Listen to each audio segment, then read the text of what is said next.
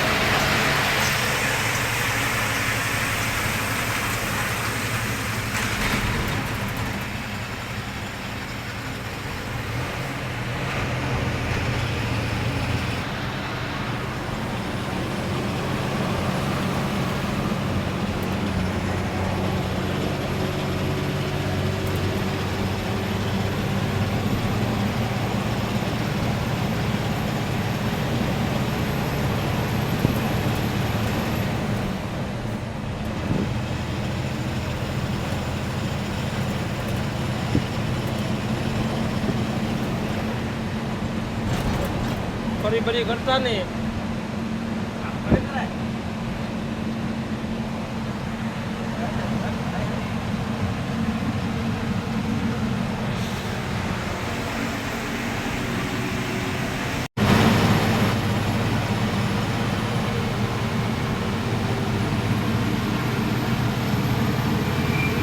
સારું રાખો.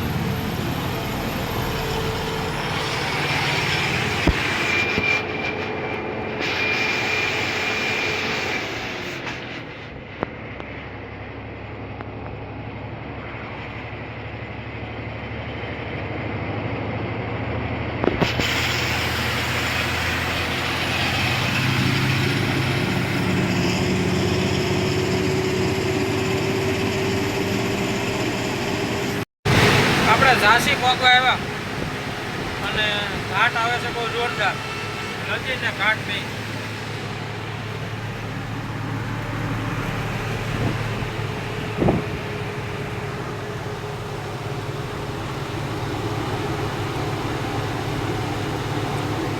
એમપી પૂરું થઈ જાય છે અને હવે યુપી ચાલુ થઈ જાય.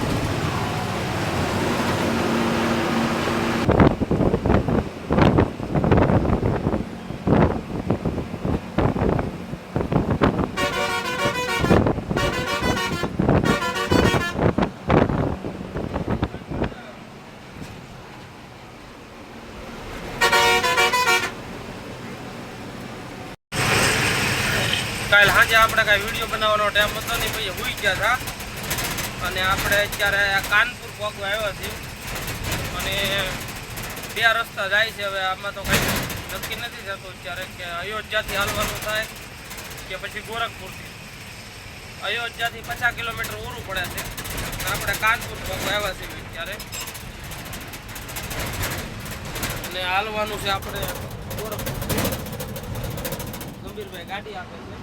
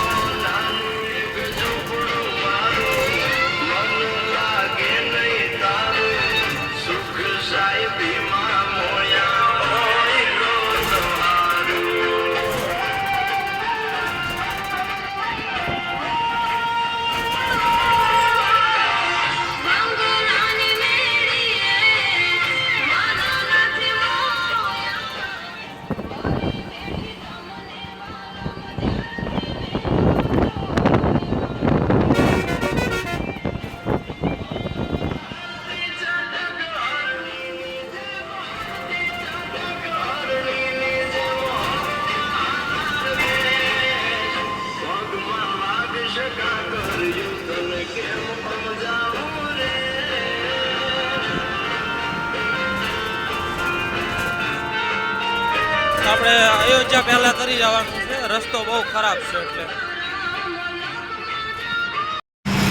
આપણે કાનપુર પહોંચી ગયા છીએ અને વટી ગયા. આમ તો હવે આ કયો બ્રિજ આવ્યો ગંભીરભાઈ?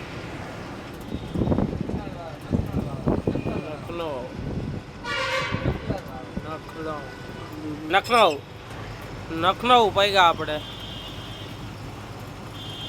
ગંભીરભાઈ માવો બનાવે છે બેઠા બેઠા.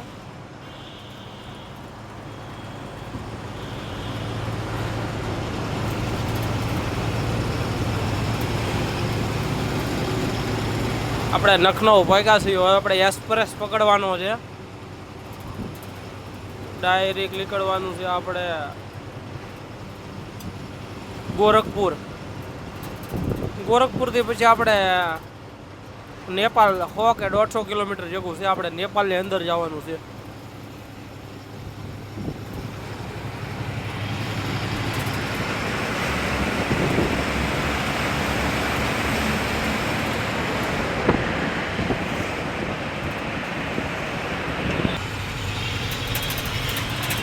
અને નખનઉ બાયપાસ પૂરો છે.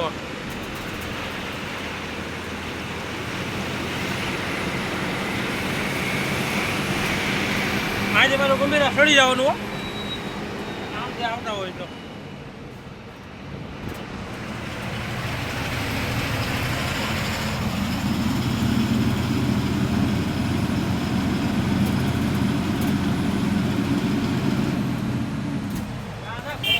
આપણે નખનઉ વટી ગયા અને પકડી લીધો છે ડાયરેક્ટ ગોરખપુર હાઈવે.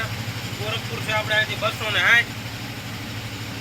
અયોધ્યા આડું આવે છે. આપણે પછી સાઈડમાં રહી છે એટલે આપણે જાવકમાં નથી જવું, કેમ કે આપણે નેપાળની બોર્ડરે ગાડી ખાલી કરવાની હતી. અત્યારે પાછો ફોન આવ્યો કે નેપાળની અંદર 100 કિલોમીટર છે ગાડી ખાલી કરવાની. એટલે આપણે માલ ખાલી કરીને રિટર્નમાં માલ ભરીને આવશું ને તો અહીંયા રિટર્નમાં પાછા અયોધ્યાથી હાલશું. અત્યારે નેપાળની અંદર જવાનું છે એટલે ના જઈને બીજી બોર્ડર ને બધી ગાડી ચેક કરાવવામાં બહુ વાર લાગે. અત્યારે આપણે સીધા બોર્ડરે જવાનું છે.